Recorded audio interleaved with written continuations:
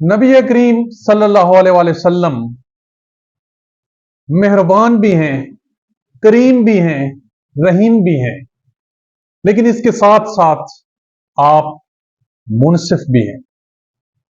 हुजूर के दरबार में मुकदमा पेश होता है चोरी का। चोरी करने वाली खातून का नाम है फातिमा, ताल्लुक है अंसार से और अंसार के एक मुअज़्ज़ज़ खानदान से, घराने से। तो कुछ सहाबा इकराम अंसारी वो सिफारिश करते हैं उस खातून की कि या रसूलल्लाह सल्लल्लाहु अलैहि वसल्लम, ये एक मुअज़्ज़ज़ खानदान से है या औरत, इसके लिए कुछ तखफीफ फरमा दीजिए, इसके लिए कोई राह, कुछ सबील निकाल दीजिए, रहम कर दीजिए, आइंदा ये ऐसा अमल यानी चोरी का अमल नहीं करेगी। तो नबी अकरम सल्लल्लाहु अलैहि वसल्लम ने फरमाया, ये फातिमा बिन्नत अब्दुल्ला है।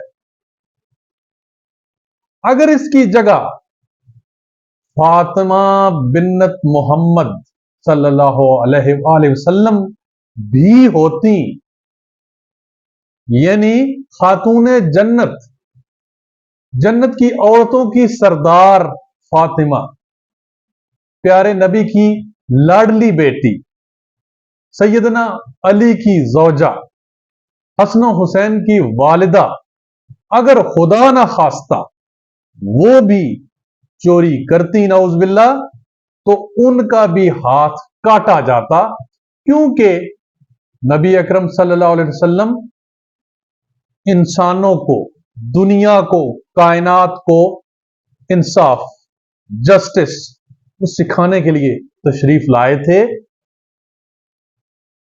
आप सल्लल्लाहु अलैहि वसल्लम इससे पहले गुजर जाने वाली कौमों, बिलखुसूस बनी इसराइल जैसा अमल नहीं कर सकते थे कि उन कौमों के यहां, बनी इसराइल के यहां ये बुरी कभी रवायत थी कि कमजोर के साथ तो इंसाफ किया जाता, उसे सजा दी जाती, लेकिन अगर कोई तगड़ा, कोई अमीर, कोई मुअज़्ज़ज़ शख्स, खातून, उस पे अगर कोई मुकदमा बनता, उसका कोई गुनाह साबित हो जाता, तो उसे छोड़ दिया करते थे।